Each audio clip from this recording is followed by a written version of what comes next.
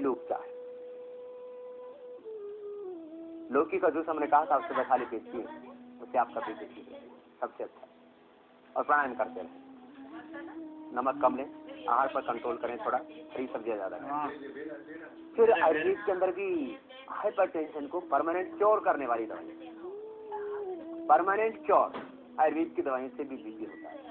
उसके लिए भी हमने बहुत शोध किया, अध्ययन किया, अनुसंधान किया और ये पाया, एक मुक्तावटी हमने बनाई। मैं नहीं कहता कि बीपी के पेशेंट मुक्तावटी खाना, क्योंकि बिना मुक्तावटी खाए भी आप बीपी से मुक्त हो जाते, तो मुक्तावटी क्यों खाना।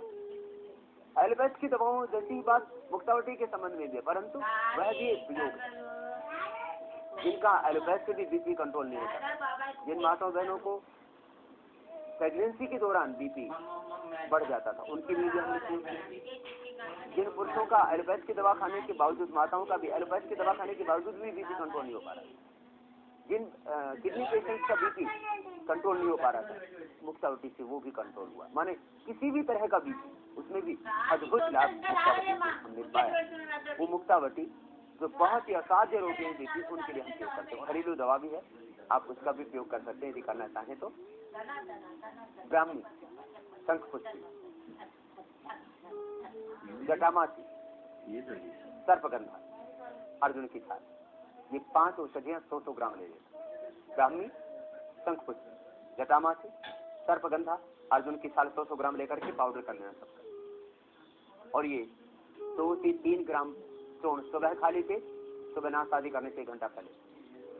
हम मुक्तावटी भी नाश्ता से 1-1.5 घंटा पहले देते हैं। सुबह उठते कहते हैं टॉयलेट जाने के बाद इसको खाली पेट, शाम को भी खाने से 1-2 घंटा पहले उसको देते हैं। इसी तरह से दवाई भी, ब्राह्मी, शंखपुष्पी, जटामासी, सर्पगंधा, अर्जुन की छाल, ये 100 ग्राम लेकर के पाउडर कर लें। 2 से 3 ग्राम सुबह खाली पेट, नाश्ते से 1 घंटा पहले, शाम को भी खाने से 1-1.5 घंटा पहले आप इसको ले लें।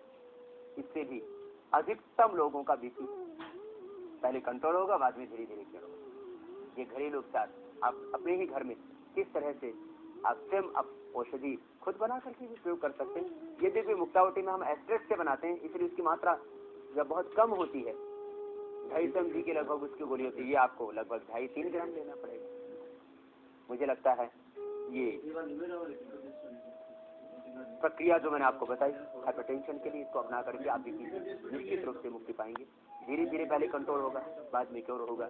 चेक करते रहे आप, और जैसे जैसे आप पाए कि बीपी ठीक हो रहा है बिना दवा लिए भी, और बाद में तो दवा लेने से आपका बीपी और नीचे जाने लगेगा, नीचे वाला 80 से नीचे और ऊपर वाला 120 से नीचे आने लगेगा, तो उस समय जो है आपको दिक्कत हो जाएगी। इसलिए जैसे जैसे आपका बीपी कंट्रोल होता जाए, वैसे वैसे दवा आप कम करते जाएं, और जब आप पाएं कि आप बीपी ठीक हो चुका है, तब दवा बंद करें। इस तरह से करने से हानि होने की तो बात ही नहीं।